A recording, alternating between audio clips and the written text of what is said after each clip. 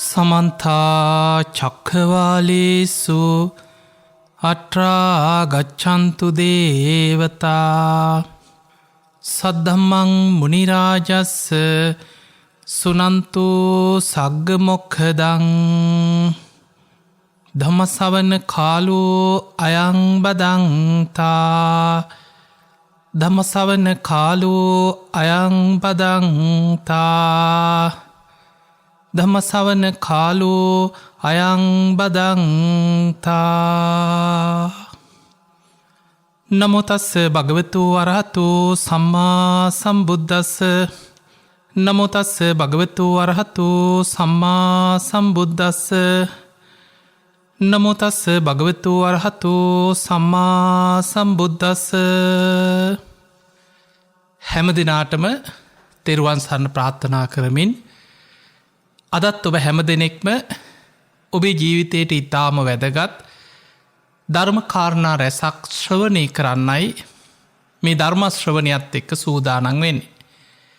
මේ ධර්මයේ ශ්‍රවණය කරන ලක්වාසී ලෝවාසී ඔබ හැම දෙනාටමත් මේ උතුම් ධර්ම ශ්‍රවණය නිවන් දොරටුවක් බවට පත්වේවා කියලා අපි මුලින්ම ආශිර්වාද ප්‍රාර්ථනා කරනවා.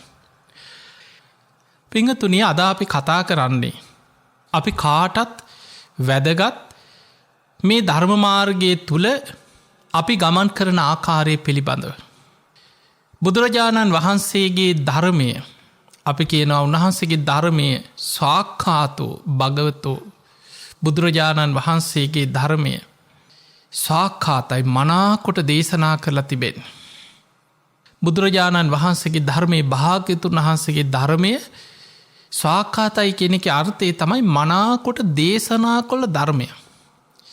ආදි කල්යාණ, මජ්ජේ කල්යාණ, පරියෝසాన කල්යාණ. එහි මුල මැද අග කල්යාණ ධර්මයන් ගැලපෙන විදිහට දේශනා කරපු ධර්මයන්. එහි මුල තියෙන සීල කොටස, මධ්‍යේ සමාධිය, අග ප්‍රඥාව, සීල සමාධි ප්‍රඥා හැටියට වර්ධනය කළ යුතු ධර්ම මාර්ගයක් බුදුරජාණන් වහන්සේ දේශනා කරේ. කල්යාණ ධර්මය සාත්තං අර්ථ සහිතව සභ්‍යාංජනක් පැහැදිලි ප්‍රකාශන මාධ්‍යකින් යුක්තව පාරිසුද්දම් බ්‍රහ්මචරියම් පකාසේති. පිරිසිදු නිවන් මගම ඒ තුළ බුදුරජාණන් වහන්සේ දේශනා කරලා තියෙනවා. අන්නේ නිසා භාග්‍යතුන් වහන්සේගේ ධර්මය සාක්ඛාතයි. ඊළඟට සන්දිට්ඨිකයි. මේ ජීවිතේම අවබෝධ කරන්න පුළුවන් ඒ ධර්මය. බුදුහාමුදුරන්ගේ කාලේ ඒ කාලෙට විතරයි, අදට බෑ කියලා එකක් නැහැ. මේ ධර්මයේ අකාලිකයි. ඕනම කාලයකට බුදුරජාණන් වහන්සේ වැඩ සිටිය කාලේ යමෙක් ධර්මය අවබෝධ කරා නම් ඒත් මේ ආර්ය අෂ්ටාංගික මාර්ගයේ වඩලා සීල සමාධි ප්‍රඥා වඩලාමයි මාර්ගඵල ලැබුවේ. වර්තමාන කෙනෙක් ධර්මය අවබෝධ කරගෙන මගඵල ලබනවා නම් ඒ කෙනාටත් සීල සමාධි ප්‍රඥාවලින් යුක්ත මේ මාර්ගයමයි වඩන්න තියෙන්නේ. එකම මාර්ගය, එකම නිවන් මඟ. අනාගත ලෝකයට සීල සමාධි ප්‍රඥාව වෙනස් වෙන්නේ නැහැ. නිවන් මඟ වෙනස් වෙන්නේ නැහැ. ඒත් යමෙක් ධර්මය අවබෝධ කරනවා නම් ඒත් මේ මාර්ගයම වඩලා ඒ පිළිවෙලටයි ධර්ම අවබෝධය ලබන්නේ. ඒ නිවන් මඟ අකාලිකයි. දැන් බලන්න බුදුරජාණන් වහන්සේ මේ ආර්ය අෂ්ටාංගික මාර්ගය හොයාගත්ත හැටි. උන්වහන්සේගේ පළවෙනිම දේශනාව ධම්මචක්කප්පවත්තන සූත්‍ර දේශනාව එදා ලෝකෙට දේශනා කරේ මේ ආර්ය අෂ්ටාංගික මාර්ගය හොයාගත්ත හැටි. උන්වහන්සේ භික්ෂූන් වහන්සේ පස්වක භික්ෂූන් වහන්සේලා ඉදිරියේ එදා මනුස්ස ලෝකෙන් 5 දෙනෙක් බණහන්න වාඩි වුණාට දසදහසක් ලෝක ධාතුවල දෙවියන් අහසේ පිරීලා ඉතිරිලා බණ ඇහුවා. එදා බුදුරජාණන් වහන්සේ ඒ දේශනාව විස්තර කරා ද්වේමේ භික්ඛවේ අන්ත, මහණෙනි අන්ත දෙකක් තියෙනවා.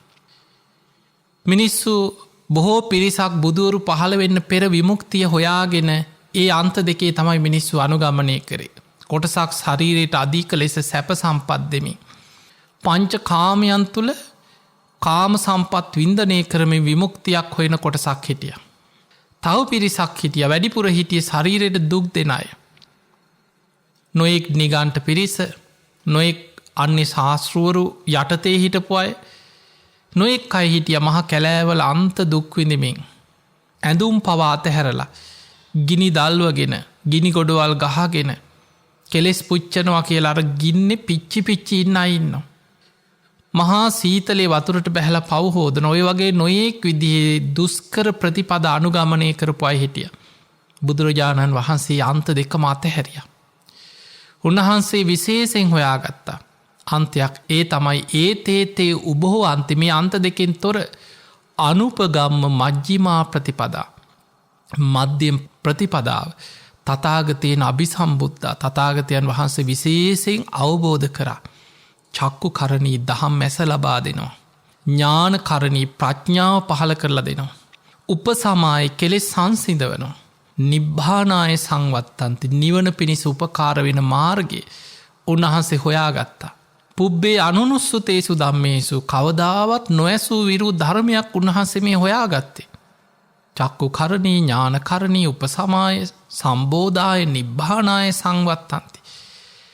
ඒ මාර්ගයේ තමයි අය මේ වරියෝ අට්ටංගිකෝ මක්ගෝ ආර්ය අෂ්ටාංගික මාර්ගය සම්මාදිට්ටි සම්මා සංකප්ප සම්මා වාචා සම්මා කම්මන්ත සම්මා ආජීව සම්මා වායාම සම්මා සති සම්මා සමාධි කියන මේ අංග අටකින් යුක්ත ආර්ය අෂ්ටාංගික මාර්ගයෙන් නිවන පිණිස තියෙන එකම මාර්ගය.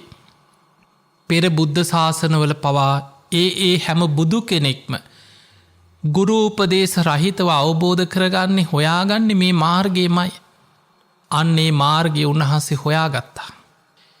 ඒ හොයාගත්ත මාර්ගයේ තමයි අනුගමනය කළ ප්‍රතිඵල ලබන ආකාරය.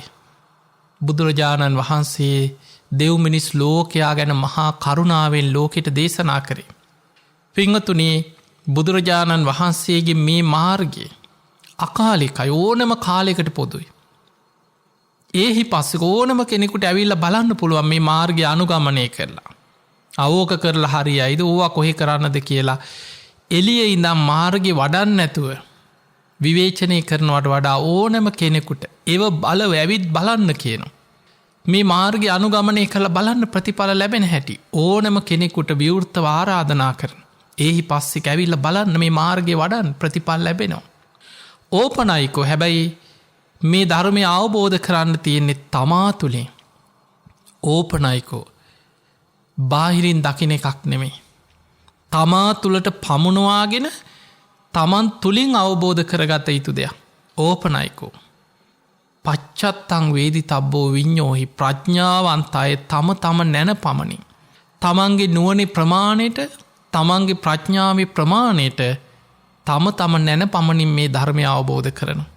ඒක යන පිංහතුනි සමහරයි ඉන්නවා මේ ජීවිතයේ මේ මාර්ගය වඩලා ආර්යෂ්ඨායික මාර්ගයට පැමිණිලා සෝවාන් පලයට පත්වෙන. අන්න ඒ කෙනාගේ නුවනෙ ප්‍රමාණයට යා අවබෝධ කරගත්. තව කෙනෙක්ගේ මාර්ගයම වඩලා කාමරාග පටික සංයෝජන තුනී කරගෙන සකදාගාමී පලයට පත්වෙන. අන්න යාගේ නුවනෙ ප්‍රමාණයට යා තවත් ගැඹුරින් අවබෝධ කරගත්ත. තව කෙනෙක්ගේ ආර්යෂ්ඨායික මාර්ගයම වඩලා කාමරාග පටික සම්පූර්ණයෙන් ප්‍රහාණය කරලා අනාගාමී පලයටම පත්වෙන. අන්න යාගේ නුවන ප්‍රමාණයට යා තවත් ගැඹුරට ගියා. මහා පින් ඇති උත්තමයන් වහන්සේලා මේ ධර්මය මේ ජීවිතේම සාක්ෂාත් කරගෙන ක්‍රෝපරාග අරෝපරාග මාන උද්දච්ච අවිජ්ජා කියන ඒ සංයෝජනයි දස සංයෝජන සියල්ලම ප්‍රහාණය කරල සක්කායදිට්ට විචිකිච්ඡා සීලබ්බත පරාමාස කාමරාග පටික ඒ සංයෝජන විතරක් නෙමෙයි. රූපරාග අරෝපරාග මාන උද්දච්ච අවිජ්ජා කියන දස සංයෝජනම ප්‍රහාණය කරගෙන ආර්යෂ්ඨායික මාර්ගයේ සම්පූර්ණයෙන්ම වඩල අවසන් කරලා උතුම් අරහත්වයට පත්වෙනවා. තම තම නැන පමණින් මේ ධර්මය අවබෝධ කරගන්න. අන්නේ ලක්ෂණ මේ ධර්මය පුරාම දකින්න තියෙන. එනිසා පිංහතුනේ වැඩිය යුතු මාර්ගයේ තමයි ආර්යෂ්ඨායික මාර්ගය. ඔබ කවදහරි දැන් අපි සමහර වෙලාවට සමහරු අනේ කවදහරි මට නිවන් දකින්න ලැබේවා. අනේ මට කොහොමහරි සෝවාන් වෙන්න තියෙනවන. සමහරු හිතන මට මෛත්‍රී බුද්ධ ශාසනය හරි බනහල නිවන් දකින්න ලැබේවා. මොන බුද්ධ ශාසනයේ නිවන් දැක්කත් ඔබ අවබෝධ කර යුත්තේ චතුරාරි සත්‍යය. ඔබ වැඩිය යුත්තේ ආර්යෂ්ඨායික මාර්ගයමයි. ඔබ ප්‍රහාණය කළ යුත්තේ ඒ දස සංයෝජන ධර්මයන් මයි. ආයි වෙන දෙයක් නෙමෙයි. අපේ බුදුරජාණන් වහන්සේ ඒ දේශනා කරපු නිවන් මඟ තාම පැහැදිලිව තියෙනවා. ඒ මාර්ගයේ වඩන්න උත්සාහයයි අවශ්‍ය. ඔබට අවශ්‍ය වෙන්නේ ඔබ තුළ ඇතිකර ගත යුතු අංග දෙකක්. යෝනිසෝ මනසිකාරයයි ධම්මානුධම්ම ප්‍රතිපදාවයි.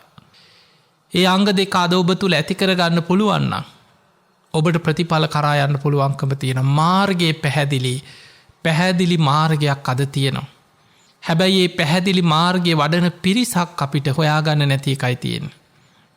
අද බොහෝ පිරිස පංච කාමයන්ට මුසපත් වෙලා. ඒ කාමයන්ට ඇදිලා යන්නේ හරියට මාර වසඟයට අහු වෙලා. මහා ගංවතුරකට ගහගෙන යන පිරිසක් වගේ ඒ ඔස්සේම ගහගෙන යන. ඒ සැඩ පහරට අහුවෙච්ච අය අතරින් උඩුගම් බලා පීන ගන්න පුළුවන් වෙන ඉතාම සුළු පිරිසකට. ඒකයි මේ ධර්ම මාර්ගය වඩනවා කියන්නේ පටිසෝත ගාමිනි. හරියට දිය පහර කපාගෙන උඩුගම් බලා පීනනවා වගේ වැඩක්. පිංහතුනේ බුදුරජාණන් වහන්සේ මේ ධර්මය අවබෝධ කිරීම කොච්චර අමාරු දෙයක්ද. ඒකට හේතුව මිනිස්සුන්ගේ හිත නැඹුරු වෙන්නේ සංසාර පුරුද්ධ තියෙන අකුසලේටමයි අපායටමයි. සතරාපාය වැටි වැටි යන සංසාර ගමනටම යෝන් ආස කරන්න. ඒකටමයි කැමති. බුදු හාමුදුරුව පෙන්න්නනවා මහනෙනේ කුරුල්ලෝ අල්ලන වැද්දෙක්. විශාල දැලක් මද්දක් ගහලොබ දන්නවා සත්තු අල්ලන මිනිසු මදු ගහනු. ඒ වගේ විශාල දැලක් කෙලලා කුරුළු රංචුවකට දැලක් ගහල රංචුව කොටු කරගන්න. ඔය දැලට අහුවෙනවා විශාල පිරිසක් කුරුල්ලෝ. දැන් ඔය දැල අතරින් කීප දෙනෙක් අර දැල කපාගෙන කොහොමහරි දැලේ රිංගගන්න පුළුවන් සිදුරු හොයාගෙන දැල කපාගෙන පියාඹගෙන යනවා. කීප දෙනෙක් දැල කපාගෙන බේරෙන අනිත් රංචුවම අර වැද්දට අහුවෙන. බුදුරජාණන් වහන්සේ වදාලා මහනෙනින් නුඹලාට මාරයාත් කෙලෙස් දැල එලලා තියෙන්නේ. කෙලෙස් දැලත් හරියට ඒ වගේ දැලට අහු වෙලා ඉන්න පැටලිලා ඉන්න. ඇහැට පේන ප්‍රියමනාප රූප කනට ඇහෙන ශබ්ද නාසයට දැනෙන ගඳසුවද දිවට දැනෙන රස කයට දැනෙන පහස පංච කාමයන් ගැන හිතහිතා අර දැලේ පැටලි ඉන්නවා. ඔය දැල කපාගෙන යන්නේ ඒකෙ මිදිලා යන්නේ ඉතාම සුළු පිරිසයි. අන්නේ වගේ මේ පංච කාමයන්ගේ ආදීනව සිහි කරලා කෙලෙස්වල ආදීනව සිහි කරලා කොහොමහරි මේකෙන් ගැලවෙන්න ඕන මිදෙන්න ඕනෑ කියලා හිතලා වීරිය වඩාගෙන ගැලවිලා යන්න ඉතාම සුළු පිරිසයි. ඒ ටික දෙනා ගැලවෙනවා. අනෙක් පිරිස මේ දැලට අහු වෙලා අර මාර වසගේට අහු වෙලා යනවා. ඒ නිසා පිංහතුනේ ධර්මය අවබෝධ කරනවා කියන එක ඒකයි බුදුහාන්දුර උපමාවකට පෙන්වේ යුද්ධ 1000ක් දිනනවට වඩා. මේ කාම ලෝකේම අධිපති භාවය දරන අපි දන්නවා මනුස්ස ලෝකෙ ගත්තොත් මේ ලෝකේම එකම රජෙක් කාලෙකට පහළ වෙන චක්‍රවර්ති රජ කෙනෙක්. ඒ රාජ සම්පත්තිය ලබන. එහෙම නැත්නම් කාම ලෝකෙම අධිපතිය වෙලා උපදින. දෙදෙව්ලොවට අධිපති සක්‍ර දෙවියන් වෙලා ඔය මොන තනතුරු මොනවා ලැබුණත් ඒ සියල්ලට වඩා සෝතාපට්ටි ඵලයේ ශ්‍රේෂ්ඨයි කියලා බුදුරජාණන් වහන්සේ වදාළා. ඒ නිසා පිංගතුනි ඔබ ඔබේ ජීවිතය තුළ ඉලක්කයක් තියාගන්න. මම හුස්ම ටික යන්න කලින් මේ ධර්ම මාර්ගේ මම මෙන්න මේ විදිහට වඩනවා. තම නැන පමණින් තමන්ට යාගන්න පුළුවන් ඉලක්කෙ තමන් සැලසුම් කරගන්න. අඩ්ඩුම ගානේ සෝවාන් වෙනවා කෙන ඉලක්කෙ තුළ හරි ගමන් කරන්න. පිංගතුනි යමෙක් සෝතාපන්න ඵලයට පත් වුණා කියන්නේ එයා ආර්ය අෂ්ටාංගික මාර්ගයට පැමිණුණා කියන එක. ආර්ය අෂ්ටාංගික මාර්ගයට පැමිණිච්ච කෙනා ඒ මාර්ගයේ තුල ගමන් කරනවා. ආයාපස්සට වැටෙන කෙනෙක් නෙමෙයි. ඒ නිසායි බුදුරජාණන් වහන්සේ සෝතාපන්න වෙච්ච පුද්ගලයා ගැන පෙන්වුවේ ඔහු උත්සාහ නොකර හිටියත් ආත්ම 7ක් ඇතුළත ඒකාන්තයෙන් නිවන් අවබෝධ කරගෙන පිරිනිවන් පානවා. එතනින් එහා ආයිමත් නතේ භවං අට්ඨමං ආදියන්ති. 8 වෙනි භවයක නම් ඔහු උපදින්නේ නැහැ කියලා බුදුරජාණන් වහන්සේ වදාළා. එහෙමනම් අපේ ජීවිතවල අපි පියවරෙන් පියවර මේ ඉන්න තැන ඉඳන් ධර්ම මාර්ගේ පැත්තට යන්න උත්සාහයක් ගන්න. මුළු ලෝකෙම යන්නේ කෙලෙස් වල පැටලි. ඔබ නිකන් ලෝකෙ දිහා බලන්න. ද්වේෂය, වෛරය, රාගය ඇවිස්සෙන දේවල්, එකිනෙකා තුළ තියෙන ඉරිසියාවල්, කුහකකම් මොනතරම් ලෝකෙ පිරිච්ච ලෝකයක්ද කියලා බලන්න. ඒ අතර සමහර රටවල් තමන්ගේ බලය යුදායුධ හදාගෙන තමන් ලෝකෙම බලවත් වෙලා අනෙක් සියල්ල යටපත් කරගෙන ඉන්න උත්සාහ කරන. ඒ අතර නොයෙක් විදිහේ ජාවාරම් මාෆියාවල් බෙහෙට්ටික පවා හැම දෙයක්ම මිනිස්සු අතර සමහරු ලෙඩරෝග පතුරුවනු. ඒවට බෙහෙට්ටික හදලා ඊට පස්සේ අනි පැත්තෙන් ආදායමක් උපදවගන්න උත්සාහ කරන.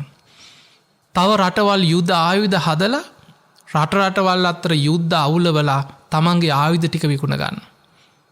ඊට පස්සේ සමහර වෙලාවට ඒ රටවල් අත්පත් කරගන්න මොනවහරි ප්‍රශ්න දාලා ඒ රටවල් අයිති කරගන්න. ඒ රටවල් වල තියෙන වටිනා වස්තුව කොල්ල කනු.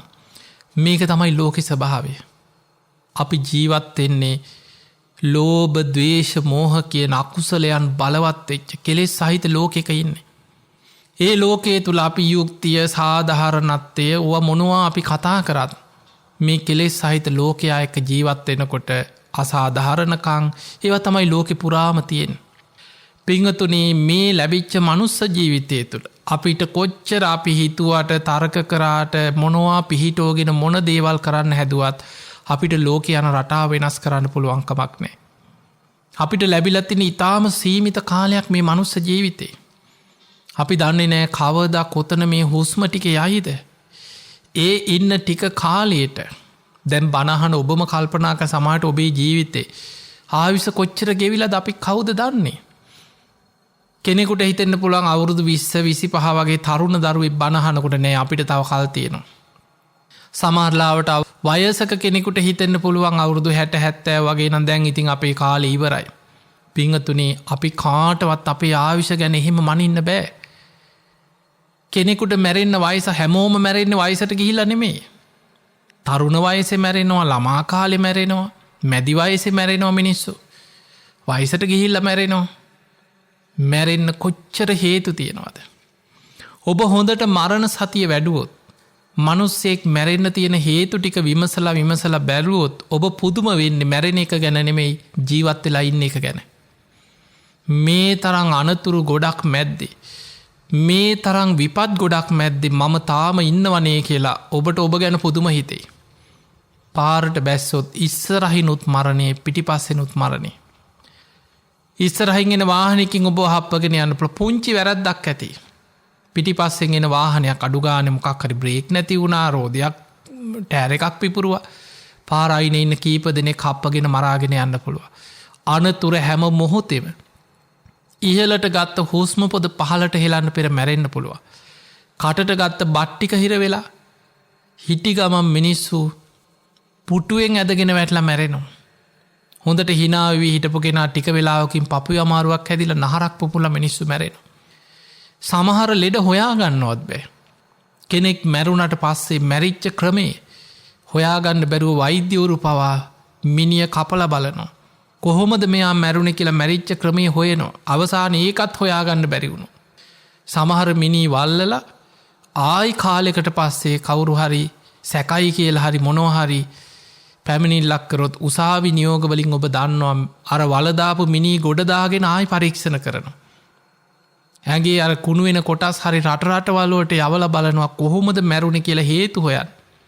එතකොට අපිට පේනවා මනුස්සේගේ ජීවිතයේ හොයාගන්න බැරි හේතුවලින් මිනිස්සු මැරෙනවා. ඒ නිසා මේ ලැබිච්ච මනුස්ස ජීවිතය තුළ ධර්මය දියුණු කරගන්න ලොකු උත්සාහයක් ගන්න. අපි දන්නේ නෑ කවදා කොත්තන කොයි මොහොත මේ හුස්ම ටිකයයිද. මොන විදියට මනුස්ස ජීවිතය අවසන් වෙයිද ඔබවත් මමවත් අපි කවුරුත් දන්නේ. පිංහතුනේ ආර්යෂ්ඨායික මාර්ගය. අපි මේ මාර්ගය ගැන අද යම් ප්‍රමාණයකට තේරුම් ගන්න උත්සාහයක් ගම. ඒ කායින වයම් භික්කවේ මක්ගෝ. බුදුරජාණන් වහන්සේ නිවනට තියෙන එකම මාර්ගය හැටියට පෙන්ව.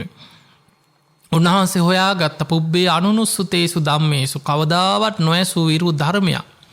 බෝධි මූලේදි උන්වහන්සේට අවබෝධ වුණා. අර අත්තකිල මතානුයෝගේ කාමසු කල්ලිකානුයෝගේ කෙන මේ අන්ත දෙකෙන් තොර අනුපගම්ම මජ්ජිමා ප්‍රතිපදාව. ඒ මාර්ගයේ තමයි සම්මා දිට්ටි, සම්මා සංකප්ප, සම්මා වාචා, සම්මා කම්මන්ත, සම්මා ආජීව, සම්මා වායාම, සම්මා සති, සම්මා සමාධියේ කෙනො අංග ටික. අංග 8ක් තියෙනවා.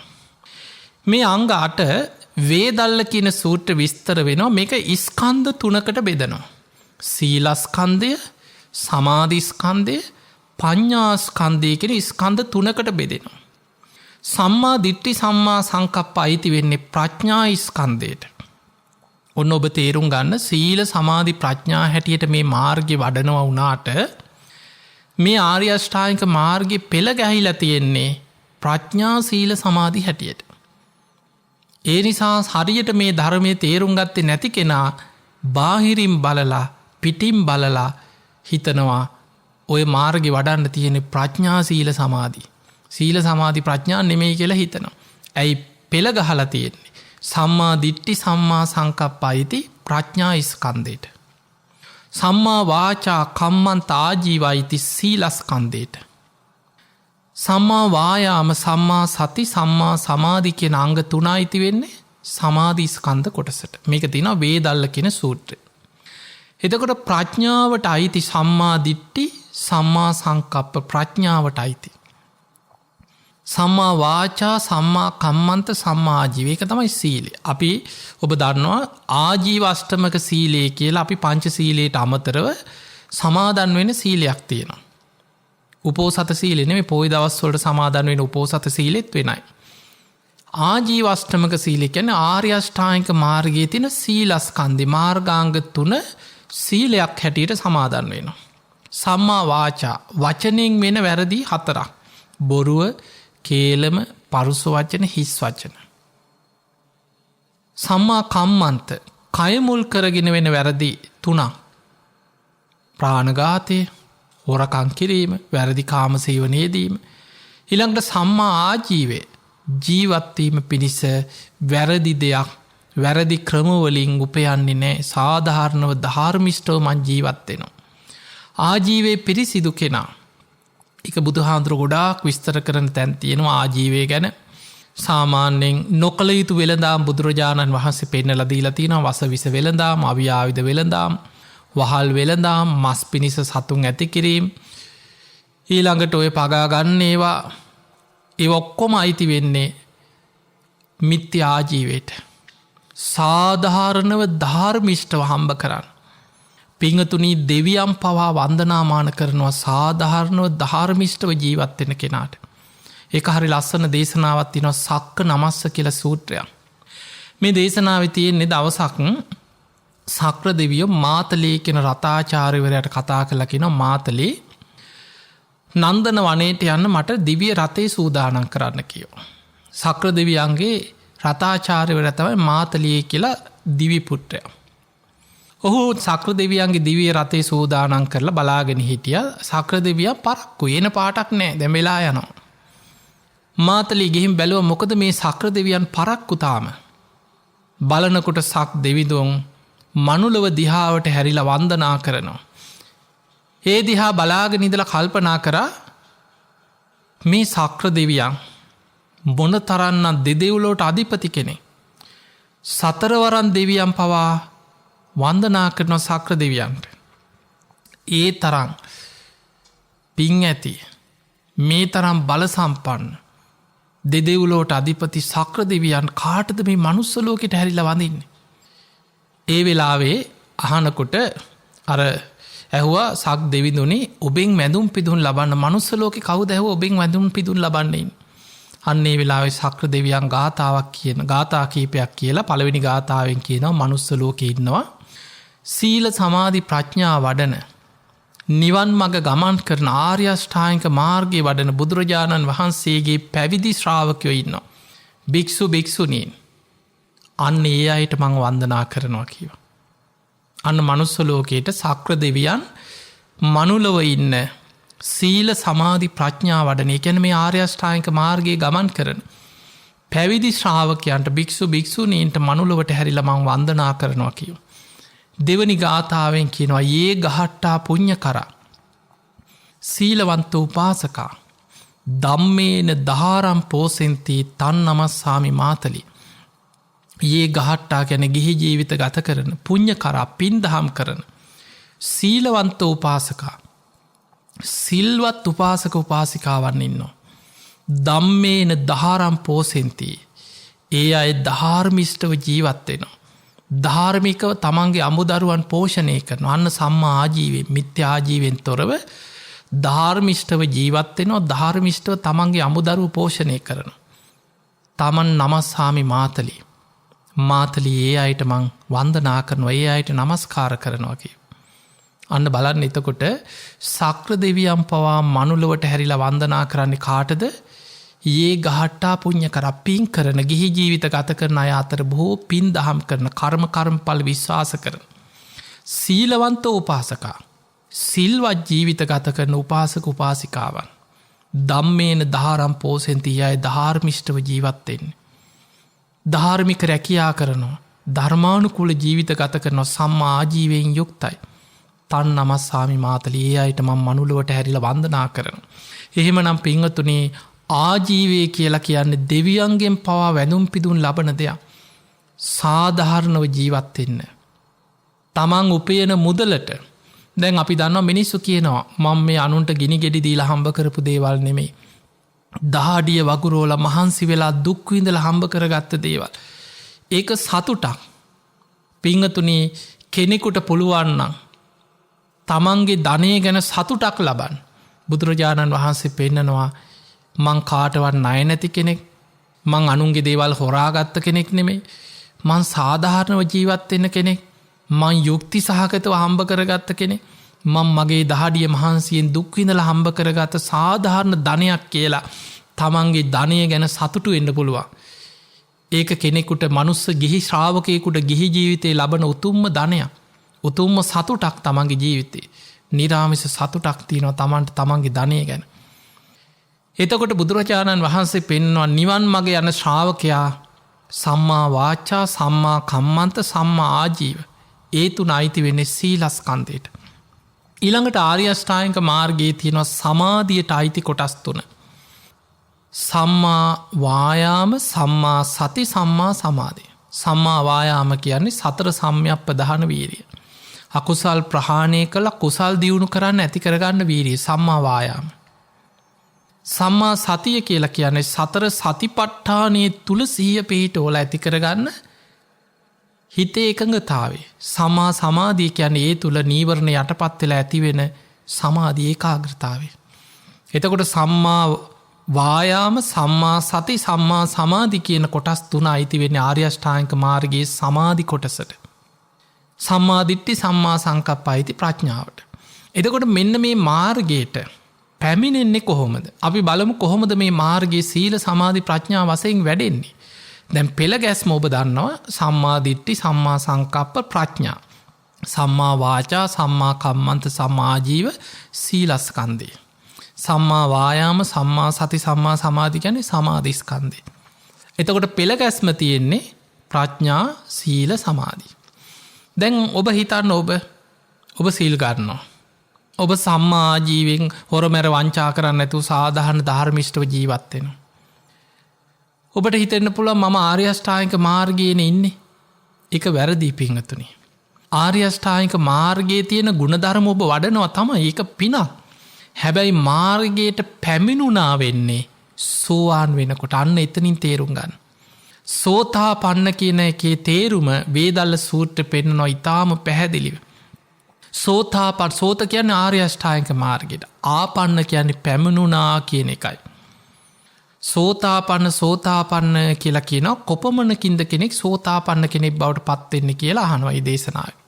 එතකොට විස්තර කරනවා ආර්ය අෂ්ටාංගික මාර්ගයට පැමිණුණා ආර්ය අෂ්ටාංගික මාර්ගයට පැමිණුණා කියන අර්ථයෙන් තමයි සෝතාපන්න කියලා කියන්නේ. එහෙනම් සෝතාපන්න කියලා කියන්නේ ආර්ය අෂ්ටාංගික මාර්ගයට පැමිණුණා කියන එක. එහෙමනම් ඔබ ආර්ය අෂ්ටාංගික මාර්ගයට ඔබට පැමිණෙන්න තියෙන්නේ සෝතාපන්න ඵලයට පත් වීමෙන්. සෝතාපන්න ඵලයට පත් වෙන කෙනා සෝවාන් වෙනකොට සංයෝජන 3ක් සම්පූර්ණයෙන් ප්‍රහාණය කරනවා. සක්කාය දිට්ඨි විචිකිච්ඡා සීලබ්බත පරාමාස කියන සංයෝජන 3 ප්‍රහාණය වෙනකොට එයාට චතුරාර්ය සත්‍ය ඇති වෙන්නේ පළවෙනිම ඥාන සත්‍ය ඥානෙ. දුක කියන්නේ ආර්ය සත්‍යයක්මයි කියන අවබෝධය. දුකේ හට ගැනීම තණ්හාව ආර්ය සත්‍යයක්මයි කියන අවබෝධය. දුක නැති කිරීම නම් වූ නිවන ආර්ය සත්‍යයක් මයි කෙන අවබෝධය. දුක නැති කරන මාර්ගයේ මේ ආර්ය අෂ්ටාංගික මාර්ගයේ මයි මේ මාර්ගයේ සීල සමාධි ප්‍රඥා වශයෙන් මයි වැඩිය යුත්තේ කියන අවබෝධය ඇතිවෙන. අන්නේ අවබෝධයට කියනවා සම්මා දිට්ඨියේ සත්‍ය ඥානය ඇති කරගන්නවා කියලා. ආර්ය අෂ්ටාංගික මාර්ගයේ පළවෙනි එක තමයි සම්මා දිට්ඨිය. එතකොට සම්මා දිට්ඨියේ සත්‍ය ඥානය ඇති කරගෙන තමයි මාර්ගයට පැමිණෙන්නේ. ඒ ආර්ය අෂ්ටාංගික මාර්ගයට බැසගත්ත කෙනා. ආර්ය අෂ්ටාංගික මාර්ගයට පැමිණිච්ච කෙනා. ආර්ය අෂ්ටාංගික මාර්ගයට පිළිපන්න කෙනා කියලා ධර්මයේ සඳහන් වෙනවා. එතකොට ඔන්න කෙනෙක් සම්මා දිට්ඨියේ සත්‍ය ඥානය ඇති කරගෙන සෝවාන් ඵලයට පත් වුණා. දැන් සත්‍ය ඥානය ඇති කරගත්ත කෙනාට කළ යුතු කෘත්‍ය තියෙනවා. තාම කෘත්‍ය වඩලා නැහැ. මාර්ගයට ආවා විතරයි. ඒ ආව කෙනා මාර්ගේ වඩා ගන්න ඕනේ කොහොමද? දුක අවබෝධ කරන්න තියෙනවා. අන්න දුකේ කෘත්‍යය. දැන් තාම තියෙන්නේ සත්‍යයක් කියන අවබෝධය විතරයි. ඒක අවබෝධ කළ යුතුයි. දුකේ හට ගැනීම තණ්හාව ප්‍රහාණය කළ යුතුයි. අන්න එහි කෘත්‍ය කළ යුතු දේ. දුක නැති කිරීම නම් වූ නිවන සාක්ෂාත් කළ යුතුයි. අන්න එහි තියෙන කෘත්‍ය කළ යුතු දේ. දුක නැති කරන මාර්ගය ආර්ය අෂ්ටාංගික මාර්ගය සීල සමාධි ප්‍රඥා වශයෙන් වැඩිය යුතුයි. අන්න එහි තියෙන කෘත්‍ය කළ යුතු දේ. එතකොට ඔන්න ඒ කෘත්‍ය කිරීම පිණිස මොකද කරන්නේ? සම්මා දිට්ඨියේ පිහිටලා සීලේ ආජීවෂ්ටමක සීලේ දැඩිව ආරක්ෂා කරමින් සමාධිය වඩමින් ප්‍රඥාව දියුණු කරන. සම්මා වාචා සම්මා කම්මන්ත සම්මා ආජීව කියන සීලස්කන්ධය තුල පිහිටලා සම්මා වායාම සම්මා සති සම්මා සමාධි කියන සමාධි අංග ඇති කරගනිමින් ප්‍රඥාවම දියුණු කරන. එතකොට වැඩෙන්නේ කොහොමද? සීල සමාධි ප්‍රඥා හැටියට වැඩෙන්නේ. ඒ විදිහට සීල සමාධි ප්‍රඥා වශයෙන් වඩාගෙන යද්දී අර චතුරාර්ය සත්‍යයේ කෘත්‍ය ප්‍රඥා කොටසේ කෘත්‍ය වැඩිගෙන යම් මට්ටමකට යනකොට යා සකදාගාමි ඵලයට පත් වෙනවා. සකදාගාමි වෙච්ච කෙනාට තවදුරටත් අනාගාමි වීම පිණිස ආර්ය අෂ්ටාංගික මාර්ගයේම සීල සමාධි ප්‍රඥා වශයෙන් තවදුරටත් වඩනවා.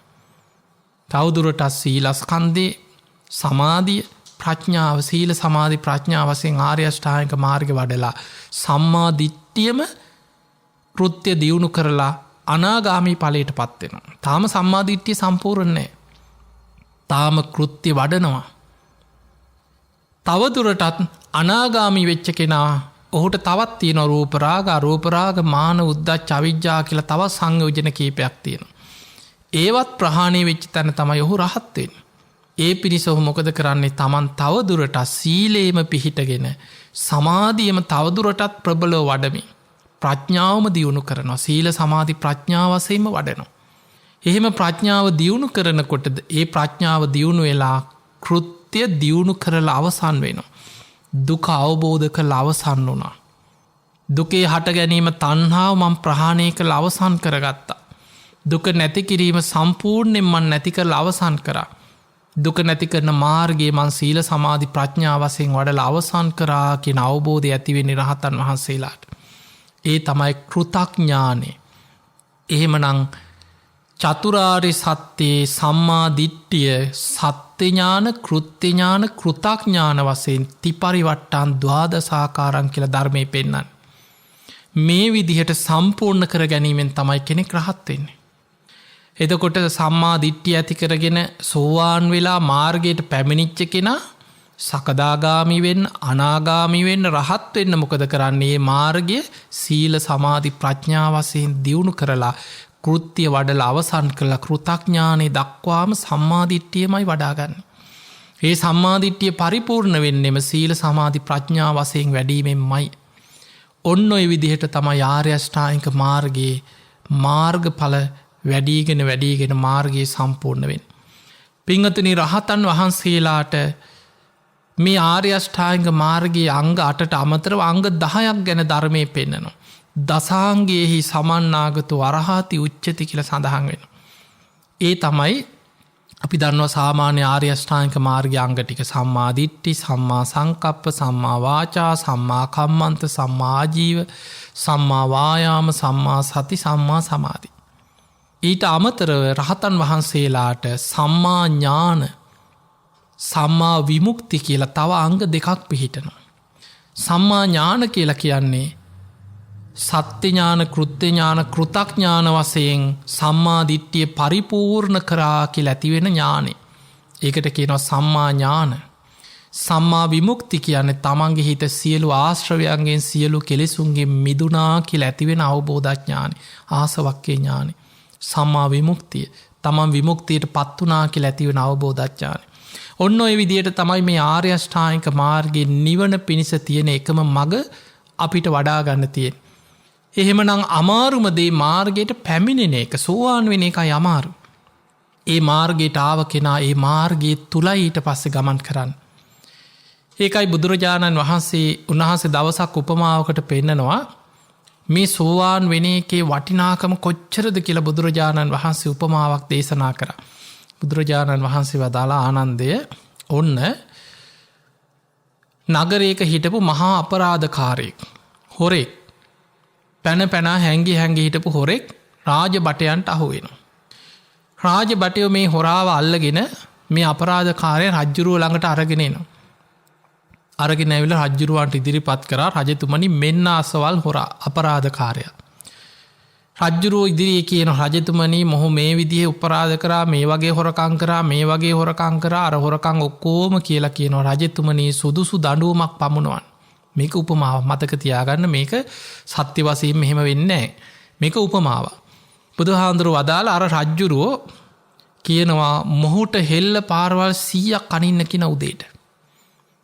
දැන් හෙල්ල පාරවල් 100ක් තියා එකක් ඇන්න සමායට මැරෙන්න්න පුළුවන් ලේ ගිහිල්ලා. මේ උපමාවේ කියනවා හෙල්ල පාරවල් 100ක් කනිනවා.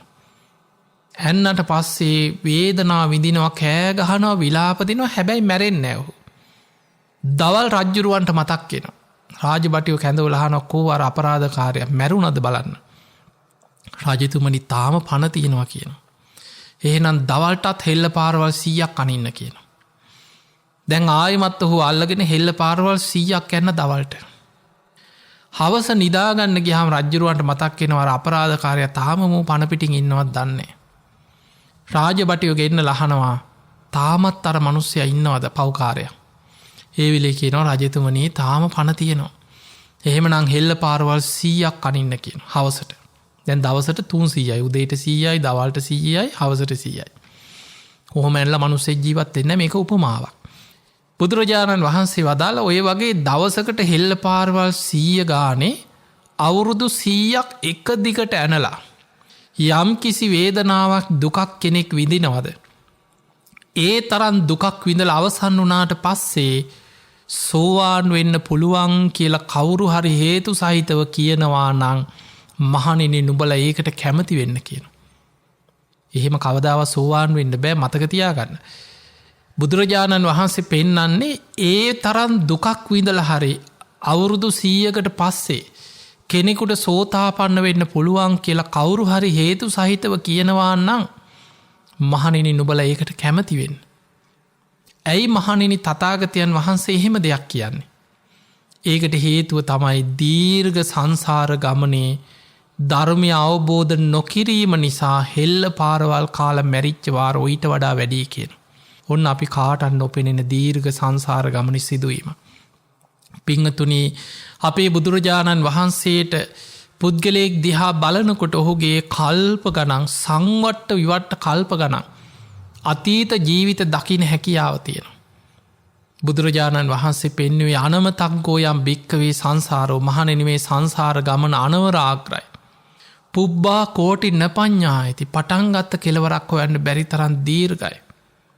ඒ දීර්ඝ සංසාර ගමනි බුදුහාමුදුරුව පෙන්වා මහනෙන මේ දීර්ඝ සංසාර ගමනි හෙල්ල පාරවල් කාල පිහියනුම් කාල මැරිච්ච වාරගාන ගත්තොත්. හර දවසකට හෙල්ල පාරවල් 300 ගානේ අවුරුදු 100ක් එක දිගට හෙල්ල පාරවල් කෑවට වඩා වැඩී කියනවා දීර්ඝ සංසාර ගමන හෙල්ල පාරවල් කාල මැරල තියෙන වාරාපි.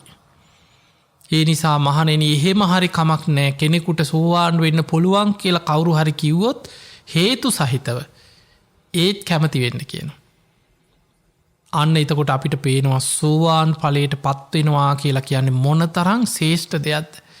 මොන තරම් බේරීමක්ද කෙනෙක් සෝවාන් වෙනවා කියලා කියන්න මොන තරම් මේ බේරීමක්ද.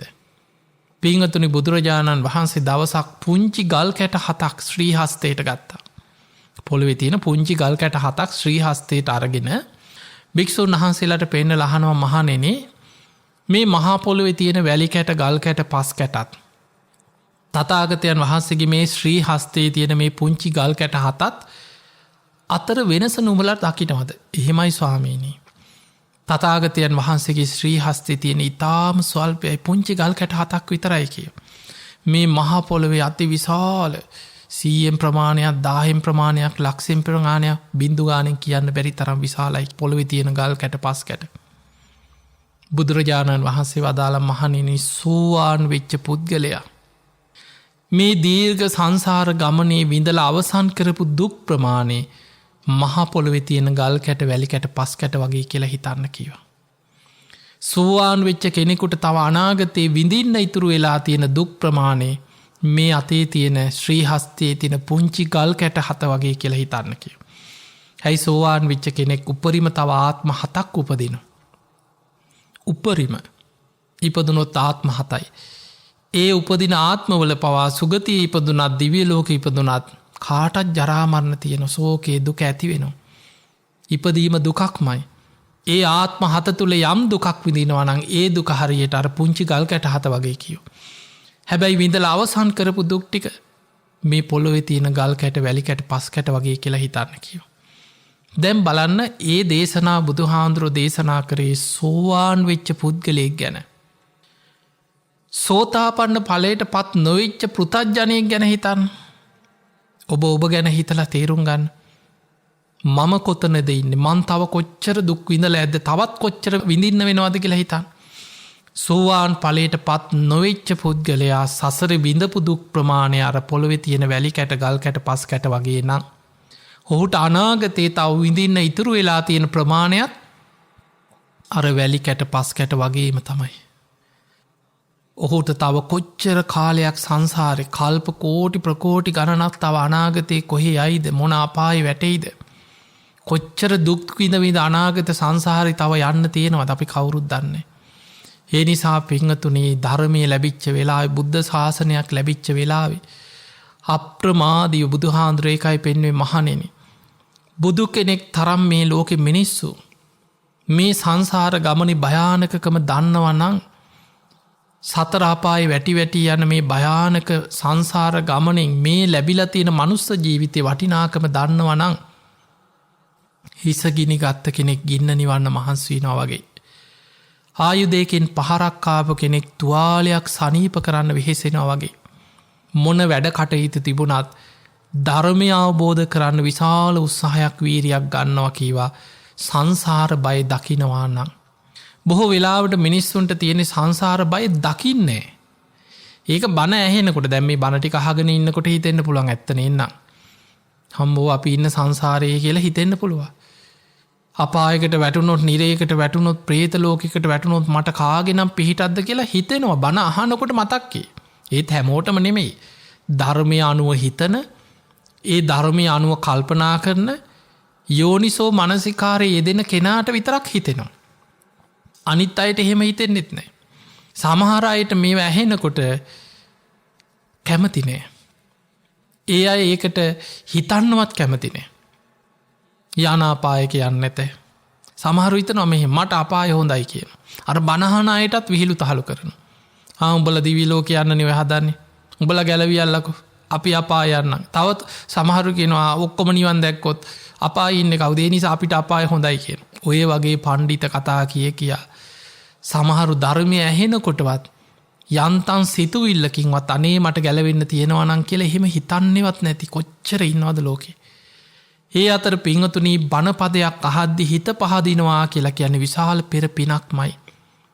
කෙනෙකුට බණ ඇහෙනකොට ධර්මය ඇහෙනකොට හිත පහදිනවා නම් අනේ මටත් මේ ධර්මය අවබෝධ කරගන්න තියෙනවා නම් කියලා හැඟීමක් හිතේ උපදිනවා නම් ඒ සංසාරික පිනක්මයි. ඒ නිසා ඔබ හැම දෙනාටම මේ ලැබිච්ච මනුස්ස ජීවිතය අපි දන්නේ නෑ කවදා කොතන කොයි මොහොතේ මොන විදිහට අපිට අහිමි වෙයිද. බලන්න මේ ලෝකෙ තියෙන විපත් දිහා. අද වෙනකොට මිනිස්සු මොන තරම් බයකින් තැති ගැනීමකින්ද ලෝකෙ ජීවත් වෙලා ඉන්න කියල බලන්න. මීට අවුරුද්ධකට කලින් ඔබ හිතන්න. මිනිස්සු හිතපු දේවල් මවපු සිහින ලබන අවුරුද්ධ මෙහෙම කරනවා මේ විදිහට ජීවත්වෙනවා. තව අවුරුදු කීයක් අපිට මෙහෙම ඉන්න වෙයිද. අපි කොහොම බේරිලා අනාගතය ජීවත්වෙන්නද. තාම අපි බේරිලා හිටියට ඒ නිසා යථාර්ථය අපි තේරුම් ගන්නට ඕන. ඒ තේරුම් ගන්න කෙනා අප්‍රමාදීව ධර්මයයි දියුණු කරන්න ඕන. ඒ නිසා වෙන කරන්න විකල්පයක් නෑ අපිට. ඉපදුනානන් දුකක්ම තමයි. ඒකයි බුදුරජාණන් වහන්සේ පෙන්වේ ඉපදීම දුකක්මයි ජාතිපි දුක්කා. ඉපදුනානං ඒ කාන්තීන් ලෙඩ වෙනවා නොයෙක් ලෙඩ රෝග. බලන්න දවසින් දවස මොන තරන් ලෙඩ රෝගවලට මිනිස්සු ගොදුරු වෙනවාද. ඉපදුනානං ඒ කාන්තිල් ලෙඩ වෙනවා. වයසට යනවා. කවදක් කොතන කොයි මොහොතේ හෝ මරණයට පත්වෙනවා. සෝක පරිදේව දුක්ක දෝමනස් උපායාස මිනිස්සු අඩනවා වැලපෙනවා දුක්විනිනවා පපුෝට ගහගන්නවා සුසුමේලනවා සිහිනැතුව වැටෙනවා විලාප දෙනවා. මනුස්සලෝක දිහා හොඳට විමසල බලන්න මිනිස්සු කොච්චර දුක්විදිනවාද. මේක තමයි ලෝකෙ ස්වභාවේ. මෙන්න මේ ස්වභාවේ තේරුම් අරගෙන මේ ලෝකෙන් ගැලවෙන්න මහන්සිගන්න මිදන්න මහන්සිගන්න. තේ පිණිස ඔබ හැම දෙනාටම වාසනාව ලැබේවා කියල අපි ආශිර්වාද කරන. අපේ ලංකා භූමිය ආරක්ෂාවේවා හැම දෙනාටම සුවපත් භාවය ආශිර්වාද කරමින් විශේසිෙන් ඔබ දන්නවා මේ ගෞතම බුද්ධ ශාසනය නිරෝගී භික්‍ෂූන් වහන්සේලා අතර අග්‍රස්ථානය ලැබුවේ උතුම් බක්කුල මහරහත්තන් වහන්සේ. අසංකේයකුත් කල්ප ලක්ෂයක් තිසේ සසරේ මහා පින්කරගෙන නිරෝගි සම්පත්තිය වෙනුවෙන්ම සසර පින්කරපු කෙනෙක් ඒකා සංකය කල්ප ලක්ෂයක්. කල්ප ලක්ෂයකට පෙරයි විවරණ ගත්තේ නිරෝගි භික්‍ෂූන් වහන්සේලා අතර අග්‍රස්ථානි ලබන්. සසරි බොහෝ පින් කල්ල පෙර බුද්ධ ශාසනවල විපස්සි බුදු හාමුදුරන්ගේ කාලේ භික්‍ෂූන් වහන්සේලා ලක්ෂයක් සඟ පිරිස හිමාල මහ වනාන්තරයේ ඉන්නකොට. විස සහිත පුෂ්පයන්ගේ සැර ආග්‍රහණය කරලා ඒ ආග්‍රහණෙන් විපුෂ්පක කියලා ලෙඩක් පැතිරිලා ගිය. එදා තනියම ඉරදියෙන් ඉරදිමත් තාපසේ කැටියට බක්කුල තාපසයන් වහන්සේ බෙහෙත් කරලා ලක්ෂයක් සංඝයා සුවපත් කර. ඒ මහා පිම් බලයෙන් සසර පාරමී බලයෙන් ගෞතම බුද්ධ ශාසනය තුළ උතුම් අරහත්වයට පත්වෙලා කිසිම ලෙඩක් තියා කිඹුහුමක්කත් අරලු ගෙඩියක තරංවත් පුංචි බේතක්කත් කවදාවත් ගත්තෙ නෑ කියෙන්. නිරෝගීවම අවුරුදු 160ක් වැඩහිඳලා පිරිනිවන් පෑවේ. උන්වහන්සේගේ උතුම් 13 වහන්සේලා අහසේම පිරිනිවන් පාල. ඒ සමන් කැකුළු ප්‍රමාණ 13 වහන්සේලා පහලට වැටෙන්නේ. උන්වහන්සේ අධිෂ්ඨාන කර අනාගතයේ දෙව් මිනිස් ලෝකයාට නිරෝගි සම්පත්තිය පිණිස වන්දනා කළ පින් රැස් කරගන්න. මාගේ මේ 13 වහන්සේලා බොහෝ කාලයක් මේ ලෝකෙ වැඩ සිටිත්වා කියල්. ඒ උතුම් බක්කුල මහරහතන් වහන්සේගේ ආශිර්වාදය ලංකා භූමියයට ලෝකයාටම සැලසේවා. තුනුරුවන්ගේ අනන්ත ගුණානු භාව බලයෙන් රුවන්වැලි මහාසෑ අටමස්ථාන සොළොස්මස්ථාන අෂ්ට පල බෝධීන් වහන්සේලා දෙතිස් පල බෝධීන් වහන්සේලා ජයශ්‍රී මහ බෝධීන් වහන්සේ ආදී ඒ උතුම් පූජනීය පුණ්‍ය භූමියවල ආශිර්වාදය ලක්වාසි ලෝවාසි හැම දෙනාටම මෝගබිය දුරුවේවා හැම දෙනාටම සුවපත් භාවයම සැලසේවා කියලා අපි ආශිර්වාද කරනවා. ආකා සට්හාච බුම්මට්හා දේවානාගා මහිද්දිකා පුඤ්ඤන්තං අනුමෝදිත්වා චිරන්රක්ඛන්තු ලෝක සාසනං. ආකා සට්හාච බුම්මට්හා දේවානාගා මහිද්දිකා පුඤ්ඤන්තං අනුමෝදිත්වා චිරන්රක්ඛන්තු දේශනං. ආකා සට්හාච බුම්මට්හා දේවානාගා මහිද්දිකා පුඤ්ඤන්තං අනුමෝදිත්වා චිරන්රක්ඛන්තු ත්වං සදා. හැම දිනාටම සම්මා සම්බුදු සරණයි.